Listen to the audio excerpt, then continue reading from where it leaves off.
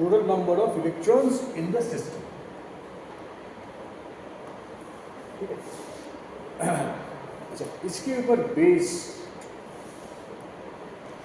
एक और एक क्वांटिटी है, that is the energy of the system.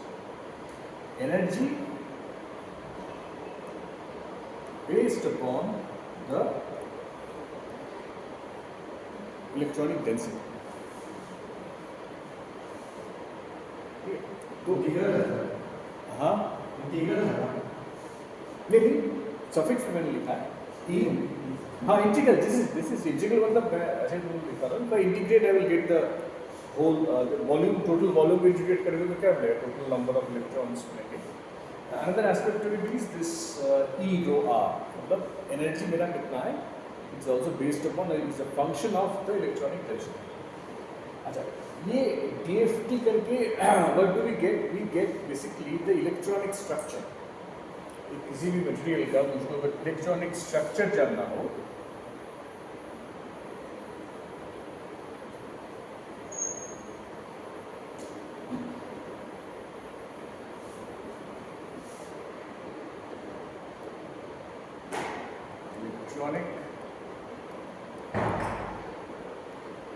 Electronic से मतलब है क्वांटम.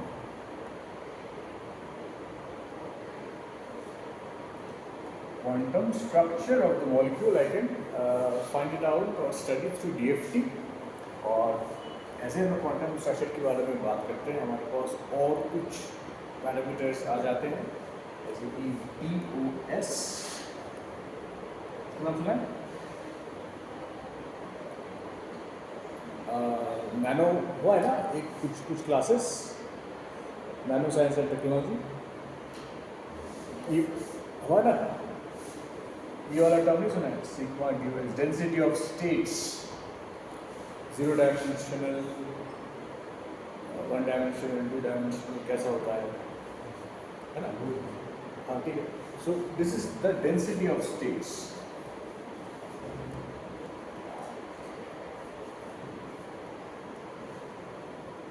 डेंसिटी ऑफ स्टेट्स पूरी एक प्रॉपर्टी, एक मटेरियल की प्रॉपर्टी को डिफाइन करती है. डेंसिटी ऑफ स्टेट्स का मतलब क्या है? Number of states at a particular energy level. कितने नंबर ऑफ स्टेट्स. जैसे in the case of nano materials इसका बहुत इंपॉर्टेंस है. नैनो मटेरियल्स में जैसे हम लोग we from 3 dimensional we go to 2 dimensional, then 1 dimensional, then 0 dimensional. 3 dimensional मतलब it's not a nano material, सारे जो नॉर्मल मटेरियल. 2 डायमेंशनल मतलब we have confined one of the dimensions. It's like a film. पहले क्या था? 3D था.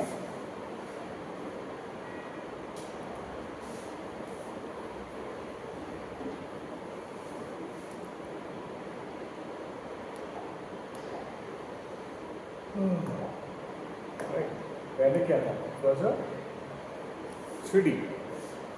इसके बाद हम लोगों ने क्या किया? We have reduced इसका एक डायमेंशन, मान लो this is the z axis, we converted this z axis to nano. x, y और z में. तो इसका क्या हो जाएगा फिर? ये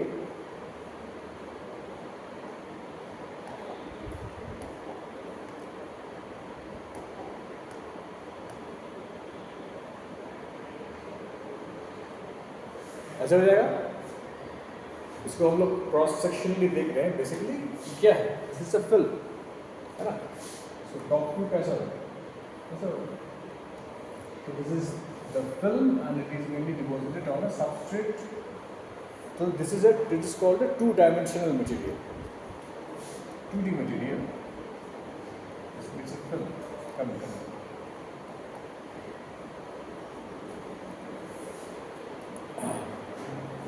और एक जो कॉन्सेप्ट जो इम्पोर्टेंट है इसमें, द डिग्री ऑफ फ्रीडम. इसमें जैसे this is a bulk material, जैसे हाँ ओ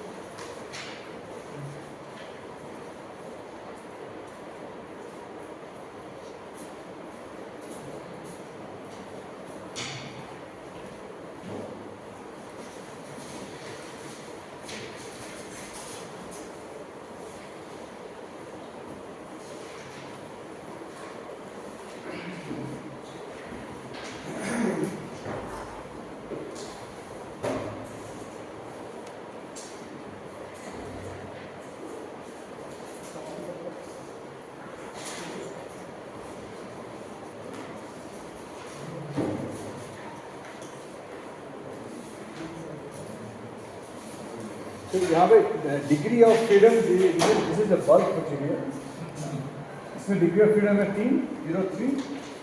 जैसे हम लोग ने इसको 2 डायमेंशनल बना दिया, इसका डिग्री ऑफ फ्रीडम हो जाता है कितना, 2, that is why it's called 2 dimensional. और डिग्री ऑफ कन्फाइनमेंट हो जाता है 1, degree of freedom, degree of confinement. So इस केसेस में, हर एक डायमेंशन के केसेस में हमारी जो डेंसिटी ऑफ स्टेट्स है वो चेंज होता रहता है। 0 डायमेंशन मतलब जो हम लोग डॉट के बारे में बात करते हैं, और quantum dots, that means it has been confined in all the 3 directions. Okay, इस केसेस में the density of states takes this form. I think you know what this means. इसका मतलब पता है ना, डेल्टा ब्रैकेट में ही ये एक फंक्शन को डिफाइन करता है। It's very important in quantum mechanics. You know what this function is called? It's called Dirac delta function.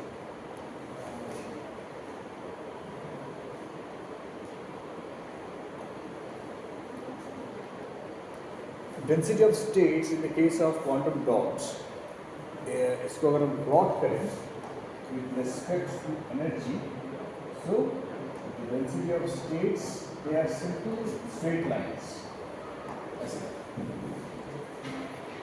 तो हर एक लाइन एक डेल्टा फंक्शन। डेल्टा फंक्शन का मतलब क्या हुआ? डेल्टा फंक्शन का मतलब हो गया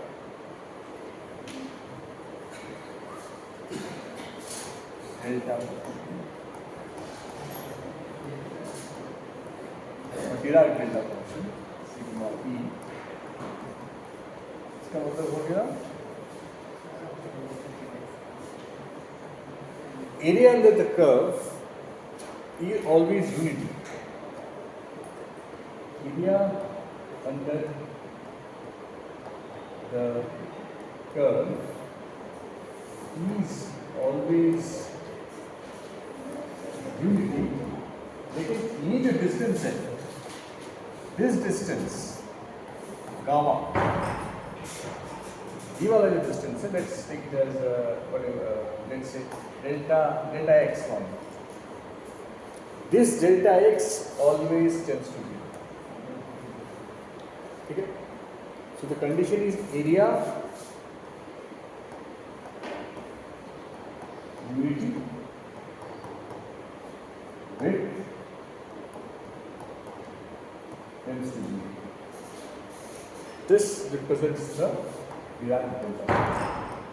So 0 dimensional materials में Dirac delta function का मतलब है, तो हम लोग basically we are giving an overview of computational materials engineering. ठीक है? So we have divided the computational materials engineering whole course into basically 3 different aspects.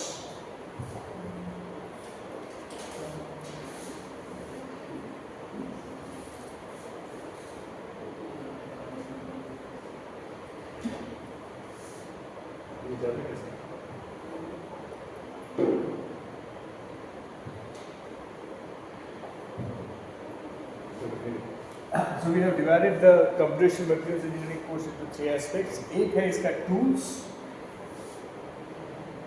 so different tools that we use. उसमें first is your density functional theory. It is based upon finding out the density of states, then different band gaps, band gap of the material. That means anything that is related to the electronic structure of the material can be determined through this density DFT. Right? So this is one of the tools. Second, जो most important tools है in computational materials engineering, that is called MD. MD का मतलब है molecular dynamics.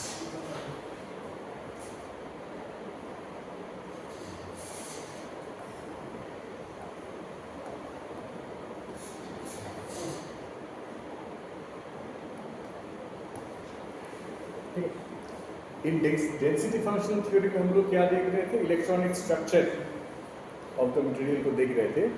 इन molecular dynamics theory हम लोग देखेंगे the motion of the molecule, motion of molecules or whatever the things, atoms or molecules, whatever. Now, whenever we are talking about motion, then ये वाली equation, I think you all know.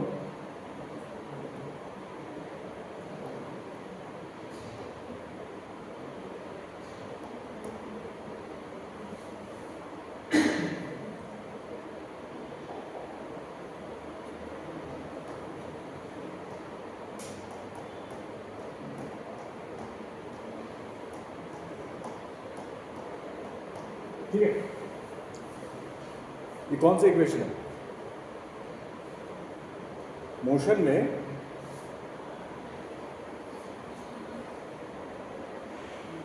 इस equation का नाम नहीं पता?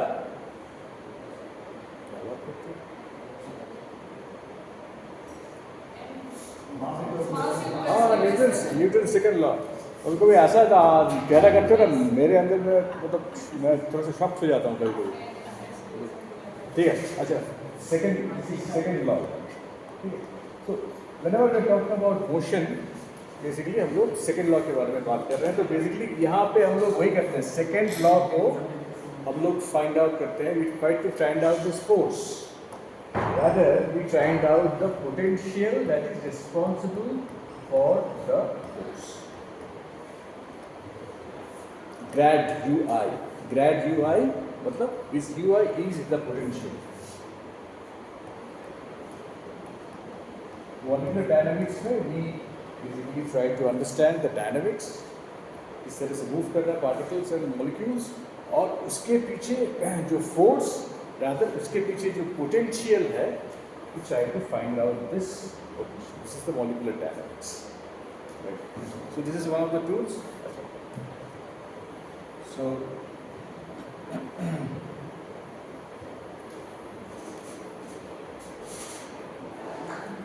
एक हो गया DFT, सेकेंड हो गया MD, molecular dynamics. Similar to this, there is phase modeling.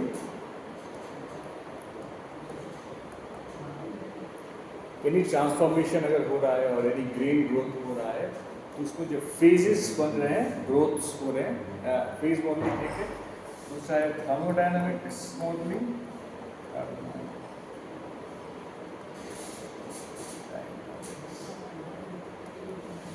and kinetics modeling। ठीक है, ये हो गया।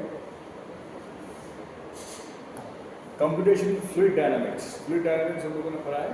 So it's computational fluid dynamics is another tool,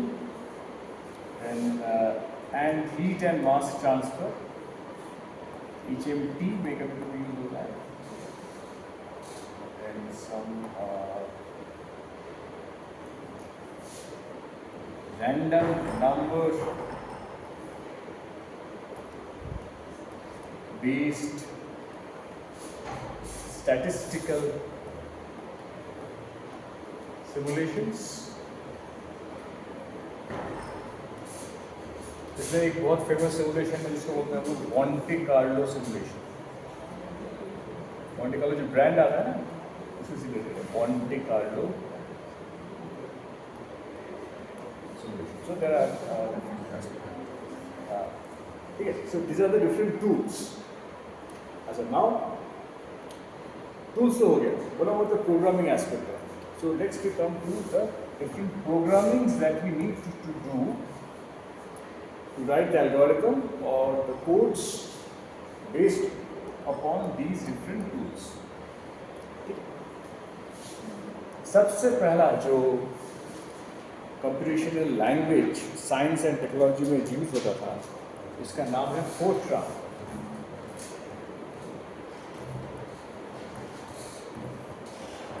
Have you heard about this? Fortran? Fortran is formula translation, इसको short form में किया गया है फोर्ट्रान। ये एक्चुअली अभी भी यूज होता है, इसके डिफरेंट वर्जन्स हैं। तो पहले it was in 77, Fortran 77, then 90, then 93, 95 और whatever. Latest version इसका 2008 वाला version. इसके बाद ये upgrade नहीं हुआ because other programming languages have overshadowed these. Second आता है, I think you know almost C. C तुम लोगों ने सब पढ़ा है, तो Fortran है C are quite. उसके बाद the next programming language आता है MATLAB.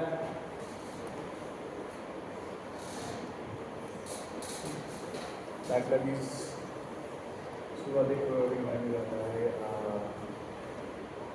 R बोल के programming language, simple R. It's coming up nowadays. R. Python. Just R.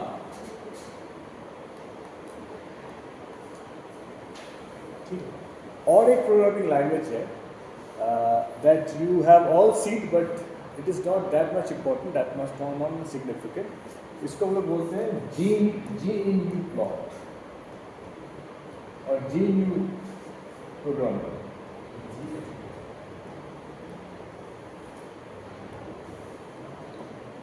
GNU. What is this GNU programming?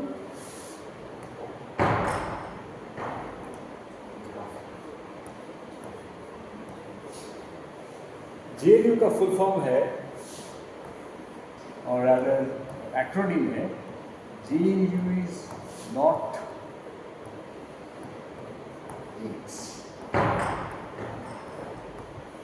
इस तरह के एक्रोनिम्स को बोलते हैं रिकर्सिव एक्रोनिम्स.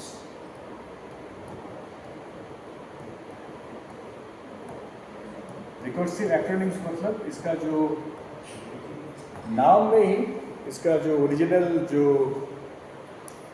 नाम का पहला वर्ड वही है, इसको पे recursive acronyms. GNU is not Unix. इसका ये what is the it was established in 1993. इसका बेसिक आइडिया था Unix is a language you know like Windows Unix और लिनक्स. इसको Linux now to have a program. एक foundation चला था, इसको बोलते हैं FSF फाउंडेशन, फ्री सॉफ्टवेयर और सॉफ्टवेयर फॉर फ्री ऐसा कुछ होगा. इन्होंने क्या किया for images, that means whether it is either a 2D image or a 3D image, जिसका की extension JPEG, PNG, TIFF and in sometimes also in PDF format, only images, इनके लिए एक सेपरेट प्रोग्राम बनाएगा. That is called GNU program. अच्छा, you all have this program. इसके लिए basically what you have to do, जो programming code है इसका सर्टेन कोड रहते हैं, उसको कोड तुमको नोट पैड होता है ना, नोट पैड पे कंप्यूटर में जाके उस कोड को लिख के सेव करके देनी अपने डाल. For example there are very simple codes. sin x का तुमको प्लॉट करना है, x is equal to sin x.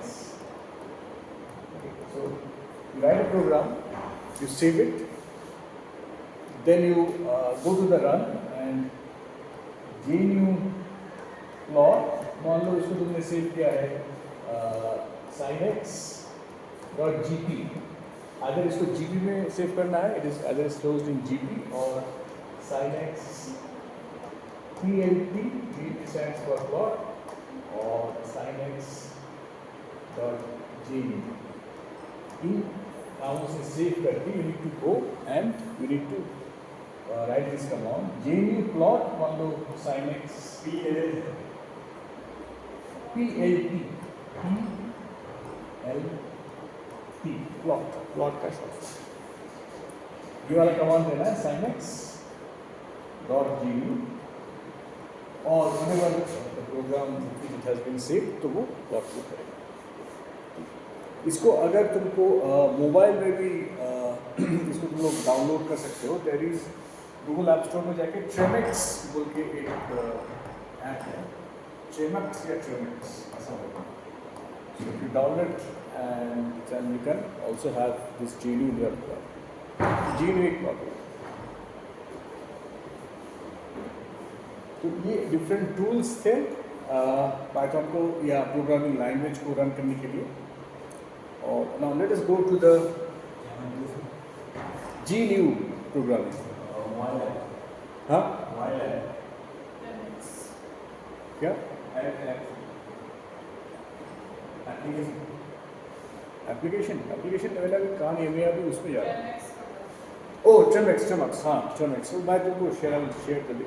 Tremex TRENUX बोल के सॉफ्टवेयर.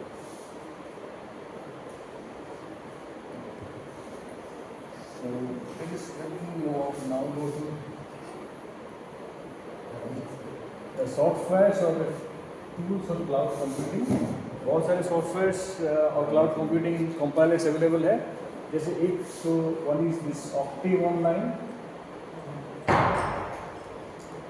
Cloud computing software. एक सॉफ्टवेयर है Mathematica. It is actually a language not software.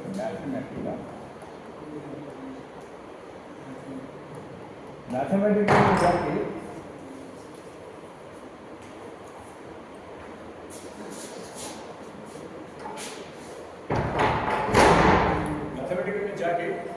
you can do mathematical problems.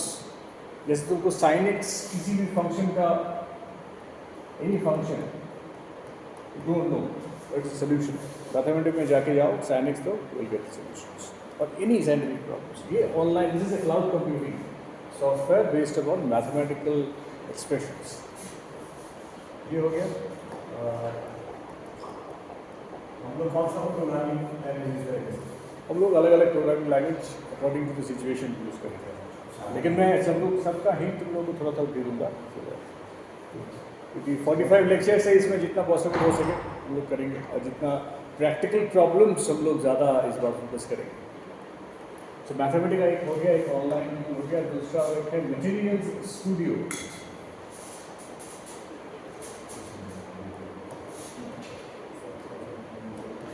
This is another software. फिर एक मैंने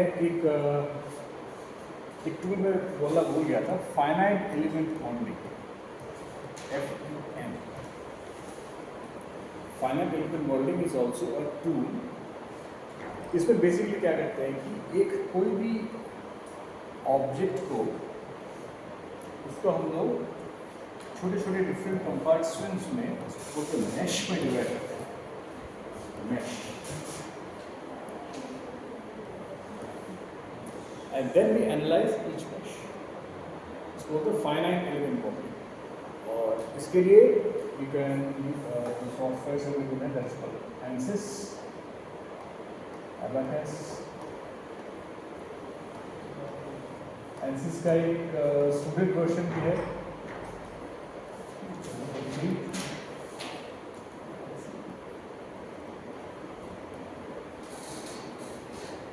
ठीक है. There is a software called CalFat. जो मैं जो थर्मोडायनेमिक एंड काइनेटिक मॉडलिंग के बारे में बात कर रहा था. CalFat can be used. CalFat is a full form of calculation of phase diagrams.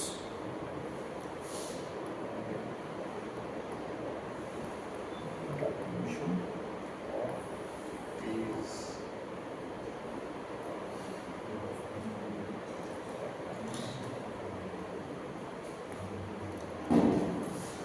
There is a software called Orca. ORCA. Orca. Orca is mainly for DFT programming. ये भी free software है. DFT के लिए हम लोग Orca use करते हैं. और then there is a computational, rather not cloud computing, there is software called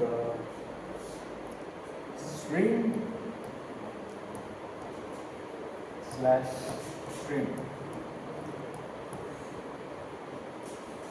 ये basically ion beams, ion solid interaction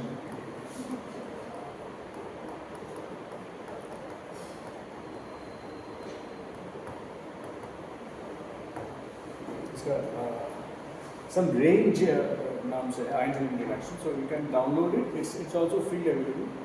तो इसमें क्या होता है कि there is target, right, and there is an ion source. Periodic table में जाके you need to choose तुमको कौन सा किस एलिमेंट का आयन चाहिए.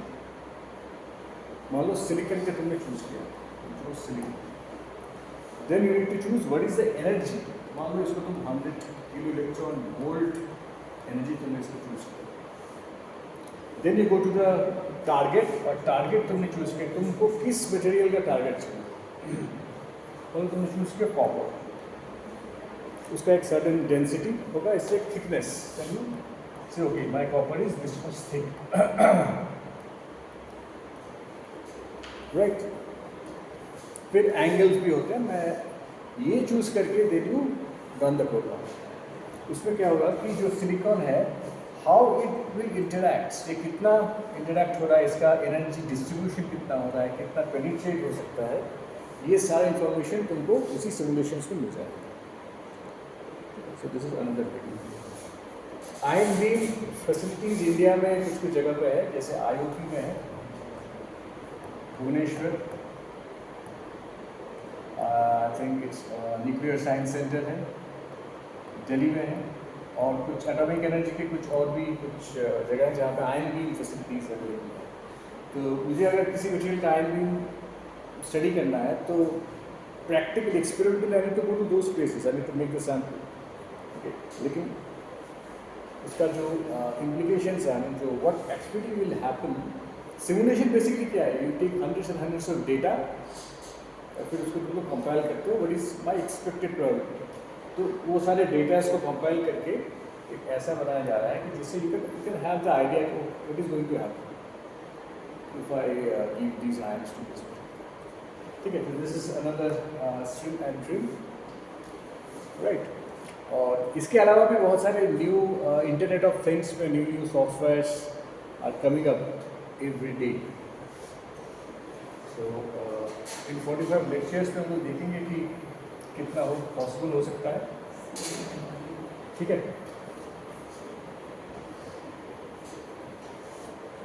Okay. So that was the basic introduction. मैं तुम लोगों से सिलेबस शेयर कर दूंगा. हाँ, सिलेबस में